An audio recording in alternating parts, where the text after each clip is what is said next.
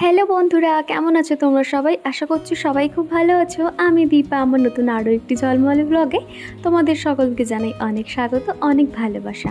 এখন ঘড়িতে বাজবে সকাল 7:30 মতন। তো এখন থেকে তোমাদেরকে সাথে নিয়ে ভিডিওটা শুরু করছি। মামুনিও সকালে তাড়াতাড়ি ঘুম থেকে উঠে পড়েছে, আর এখনও কিন্তু বিছানা তোলা হয়নি। তো মামুনি উঠে এখন বাথরুমে ফ্রেশ হতে গেছে, আর সেই ফাঁকে ভাবলাম বাসি ঘরটা আমি একটু ঝাড় দিয়ে নিই। তো এখনও পর্যন্ত কিন্তু চিকুর পাপা সবাই ঘুমোচ্ছে, আর এই কদিন কিন্তু আমার কাজকর্ম অনেক তাড়াতাড়ি হয়ে যাচ্ছে এবং কিন্তু আমি অনেকটা হাতে সময়ও পাচ্ছি, কারণ আমার শাশুড়ি মা এসছেন আর উনি কিন্তু হাতে হাতে আমার কাজ করে দেন। আর উনি কিন্তু একটুও বসে থাকতে পারেন না, জানো তো। অনেকে আছে না যে একটুখানি ঘুরতে এসেছি মানে বসে থাকবো বা কোনো কাজ করব না, উনি কিন্তু একদমই সেটা নয়। আমার হাতে হাতে প্রচুর কাজ করে দেয়, এমনকি কিন্তু দুপুরে রান্নাটুকুও উনি করে, যেটা ওনার খুব পছন্দ আর কি। নিজের হাতে রান্না করে ছেলেকে খাওয়াবে। আমি কিন্তু ওনার হাতে হাতে সমস্তটাই জোগাড় করে দিই এবং রান্না হয়ে গেলে কিন্তু রান্নাঘরটা আমিও পরিষ্কার করে নিই। তো এইরকমভাবে কিন্তু সমস্ত দিনগুলো কাটছে, বেশ ভালোই কাটছে আর কি। তো এই তো সকালে উঠে মামনিকে চা বানিয়ে দিলাম, আর এখন আমি একটু উষ্ণ গরম জল খেয়ে নিচ্ছি। এখনও পর্যন্ত চিকুর পাপা ওঠেনি, তো সেই জন্য ভাবলাম চাটা ওকে পরে দেবো। আর আমি উঠেছি আর চিকু শুয়ে থাকতে পারে? সেও কিন্তু আমার সাথে সাথেই ওই আধ ঘন্টা পরই আর কি উঠে পড়েছিল। তো ওর জন্য দুধ আর কর্নফ্লেক্সটা এখন দিয়ে দিচ্ছি। তোমাদের মধ্যে কেউ একজন কমেন্ট করে জানিয়েছিলে, দিদিভাই চিকুকে ঘুম থেকে ওঠার সাথে সাথে দুধ দেবে না, এতে কিন্তু বাচ্চাদের গ্যাস হয়। তুমি একদমই ঠিক বলেছো। আর আমিও কিন্তু এরকম দুধ দিতাম বলে চিকুর প্রচণ্ড গ্যাস হতো, অনেক সমস্যা হয়েছে, কিন্তু মাঝে করে চিকুর শরীরটা খারাপ ছিল। তো এখন করে কি করেছি জানো, এখন করে আগে একটু উষ্ণ গরম জল খাইয়ে দিই, তারপরে দুধ বিস্কুট কিংবা জল বিস্কুট এরকমই খাওয়াই। তো এই কদিন হলো প্রায় 2-3 দিন পর আর কি আজকে ওকে দুধটা দিচ্ছি, কারণ দুধ না খেলে বাচ্চাদের শরীরে শক্তি হবে কি করে, তাই না? তো অনেক দিন পর আর কি ওকে দুধ আর কর্নফ্লেক্সটা দিচ্ছি। আর এদিকে দেখো চিকুর পাপা তো একটু পরেই আর কি অফিস বার হবে, আর কালকে ওর জামাটা প্যান্ট আয়রন করতে না একদমই ভুলে গেছিলাম। তো এখন একটু তাড়াতাড়ি করে আর কি শুধু জামার প্যান্টটা হালকা করে আর কি আয়রন করে দিচ্ছি। তারপরে ওর যা যা লাগবে আর কি অফিস যাওয়ার সময় সেগুলো হাতের কাছে জোগাড় করে রেখে দিচ্ছি, ওর তাহলে পেতে সুবিধা হবে।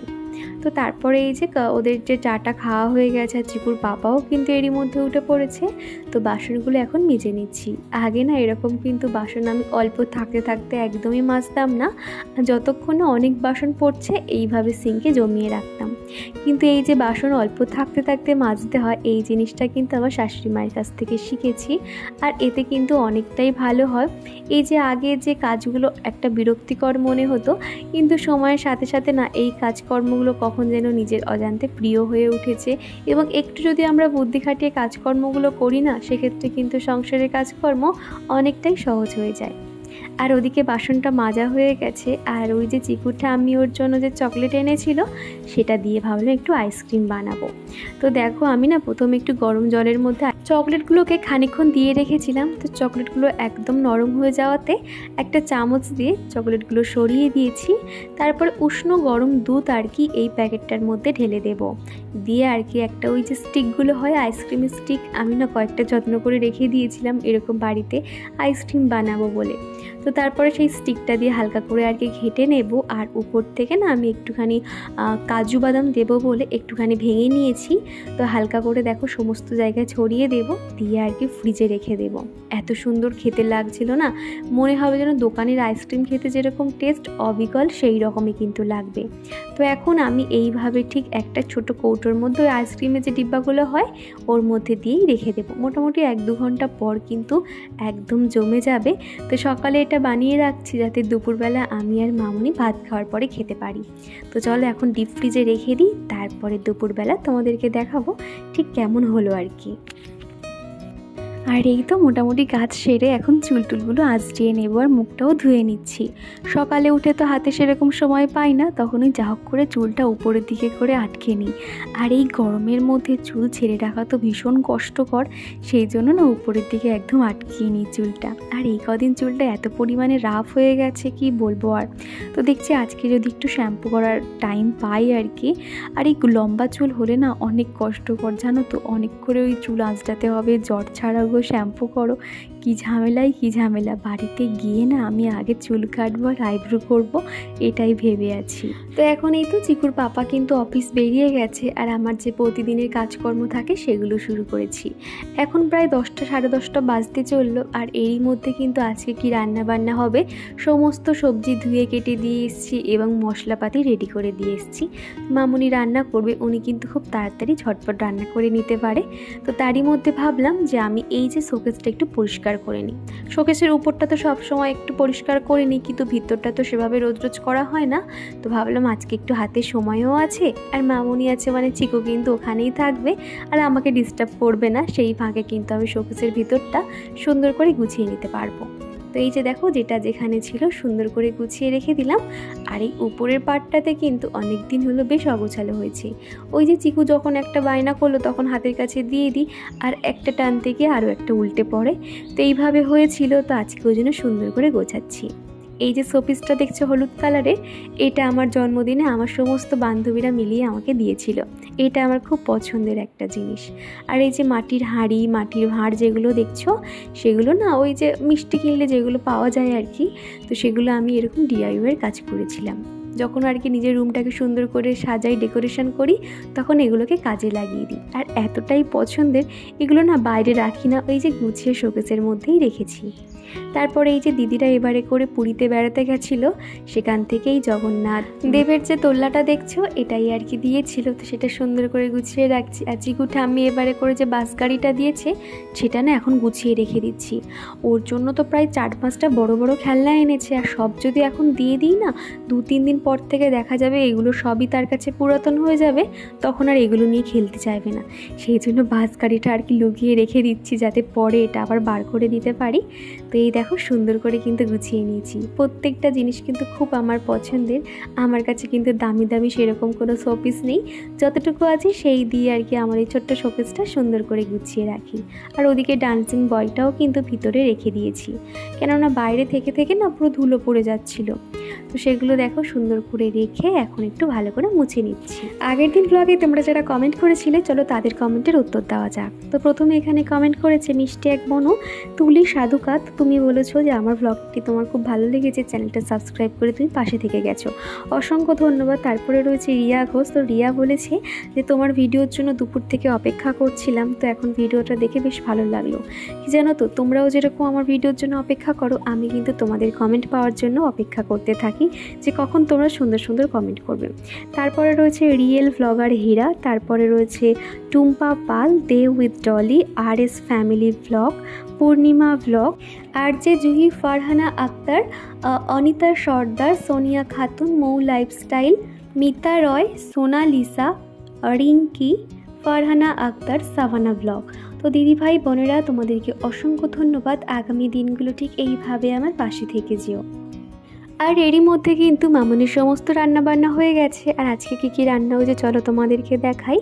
আর এদিকে কিন্তু পাবদা মাছ সর্ষে পোস্ত দিয়ে হয়েছে, তো সেটা এখন আমি নামিয়ে নিচ্ছি। আর এদিকে রান্না হয়েছে কুমড়ো আর উচ্ছে ভাজা হয়েছে, আর এদিকে তো রয়েছে ভাত, আর এই যে আলু বেগুন দিয়ে আর কি পাবদা মাছটা হয়েছিল। আর এদিকে চিকুর জন্য ডাল হয়েছে। এই টোটাল খাবার দাবার। তো এখন এই যে খাওয়া নিয়ে বসে পড়েছি, তারপর আমরা সবাই খাওয়া দাওয়া শেষ করে দুপুরে আর কি ফল কাটছি। আজকে কিন্তু 12টার মধ্যেই কিন্তু আমাদের তাড়াতাড়ি খাওয়া দাওয়াগুলো হয়ে গেছে। তরমুজটা প্রথমে ভেবেছিলাম হয়তো ভালো হবে না, ভাবলাম যে হয়তো ভিতরটা সাদা সাদা হবে এখনকার তরমুজগুলো যেমন হয় আর কি। তো তারপরে দেখলাম যে না, একদমই না, খুবই ভালো আর কি। দেখো ভিতরটা পুরো লাল টকটকে আর বালি বালি মতন খেতে। তো এখন এগুলো ছোটো ছোটো পিস করে নিচ্ছি, খানিকটা আমি আর মামুনি খাবো, আর বাদ বাকিটা ফ্রিজে রেখে দেবো। আর তরমুজ কিন্তু ঠান্ডা ঠান্ডা খেতে বেশ ভালো লাগে। আর তোমাদের মধ্যে কেউ জানতে চেয়েছিল এই ছুরিটা আমি কোথা থেকে কিনেছি। আমি এগুলো অনলাইন থেকে কিনেছি, পুরো সেটটাই তোমরা অনলাইনে পেয়ে যাবে অনেক কম দামের মধ্যে। নর্মাল দোকানে কিন্তু অনেকটাই দাম বলে, এক একটার দাম কিন্তু 500 টাকা করে। তো অনলাইন থেকে কিন্তু আমি অনেক কমের মধ্যে পেয়ে গেছি। আর এদিকে দেখো দুটো আইসক্রিম কিন্তু একদমই রেডি হয়ে গেছে। তো মামুনিকে বললাম এটা তুমি খোলো, দেখো কেমন হয়েছে। তো মামুনি আর কি খুলছে, তো দুজনে দুটো এখন খেয়ে নেব। বলছিলাম না, একদম কিন্তু দোকানের মতন খেতে হয়েছে, টেস্টটা পুরো দোকানের মতন। তো দেখো এই যে আমি একটা নিয়ে নিয়েছি আর মামুনি একটা নিয়ে নিয়েছে। তো এখন এই যে দুপুরবেলা একটু মুখে একটুখানি চারকোল মাস্ক লাগিয়ে নিয়েছি। কয়েকদিন ধরে তো স্কিনের যত্ন করতেই পারছিলাম না। ওই যে শীত আর গ্রীষ্মের মাঝামাঝি সময়টাতে আমার না স্কিনে খুব প্রবলেম হয়, স্কিনটা পুরো একদম ড্রাই হয়ে যায়। তো সেই জন্য কিন্তু কিছুই লাগাতাম না। আর এখন কিন্তু স্কিনটা নর্মাল হয়ে গেছে, তো সেই জন্য চারকোল প্যাকটা লাগালাম। তো এখন দেখো টানছি, এত লাগছিল না কি বলবো, মুখে যেহেতু লোম আছে সেই কারণে আর কি। কিন্তু এই প্যাকটা দিলে না মুখটা একদম কিন্তু পুরো ফ্রেশ হয়ে যায়। তো তারপরে এই যে বিকেলবেলা চিকু আর ঠাম্মি একটু বেরিয়েছিল, তারপর সন্ধ্যে থেকে অঝোরে বৃষ্টি সাথে বজ্রপাত শুরু হয়েছে। এত ভয় লাগছিল না, মানে ফোনে হাত দিতেই ভয় পাচ্ছিলাম। এই বৃষ্টিটা হয়ে এত আরাম লাগছে কি বলবো। এতদিন মানুষের এত আশা ছিল কবে বৃষ্টি হবে কবে বৃষ্টি হবে, এই যে অপেক্ষার অবসান ঘটেছে বলা চলে। আর যখন খুব বৃষ্টি হচ্ছিল না, আমি এক মগ মতো জল ধরে নিয়েছি। কোথাও একটা শুনেছিলাম বৃষ্টির জলে কিনা মানি প্ল্যান্ট গাছ খুব ভালো হয়। তো আমার যেখানে যেখানে মানি প্ল্যান্ট গাছগুলো ছিল সেই দেখো রাত্রিবেলায় এখন এইগুলো সব আলাদা আলাদা করে রেখে দিচ্ছি। আর প্রত্যেকটা জল চেঞ্জ করে প্রত্যেকটাতে বৃষ্টির জল দিয়ে দিচ্ছি। তো দেখা যাক যদি ভালো হয় তো এবার থেকে বৃষ্টির জলেই কিন্তু গাছগুলো লাগাবো। তো তোমরাও কিন্তু এটা ফলো করে দেখো তো তোমাদের কাজ হয় কি না। তো আমিও যদি ভালো রেজাল্ট পাই তোমাদেরকে তো অবশ্য জানাবো। আর এই যে দেখো ছোট ছোট পাতাগুলো বেরিয়েছে জানো, আগের পাতাগুলো সব মরে গেছে আর ছোট ছোট পাতাগুলো। তো এইগুলো আমি যেটা যেখানে ছিল সুন্দর করে গুছিয়ে দিচ্ছি। আর এই মানি প্ল্যান্ট গাছ কিন্তু ঘরের সৌন্দর্য কিংবা রান্নাঘরের সৌন্দর্য অনেক অংশে বাড়িয়ে দেয়। আর এই যে ট্রান্সপারেন্ট যে গ্লাসটা দেখছো সেখানে যদি কালারিংগুলো দিয়েছি, যে স্টোনগুলো হয়, যার জন্য বেশি ভালো লাগছে। আর এখানে একটা ছোট এরকম ডোব মতন বেরিয়েছে, এতটাই ছোট কোথায় রাখবো বুঝতে পারছি না। সেই জন্য ভাবলাম এইভাবে একটুখানি রেখে দিই, ওটা থেকেও কিন্তু নতুন পাতা বার হবে। যা বৃষ্টি শুরু হয়েছে মনে হচ্ছে সারা রাতে বৃষ্টি হবে। আর এই তো এখন ভাতটাও বসিয়ে দিয়েছি, 8টা মতন বাজে। আর 8:30 নাগাদ কিন্তু চিকুর পাপাও বাড়ি চলে আসবে। আবারও তোমাদের সঙ্গে দেখা হচ্ছে সেই রাত্রিবেলা। এখন ঘড়িতে বাজবে 10টা নাগাদ। আর এরই মধ্যে কিন্তু খাওয়া দাওয়া সমস্তটাই কমপ্লিট হয়ে গেছে। আর এখন কিন্তু সবাই শুয়েও পড়েছে। আর আমি খাওয়া দাওয়ার পরে যেভাবে স্কিনের যত্ন নিই সেটা একটু তোমাদেরকে শেয়ার করছি।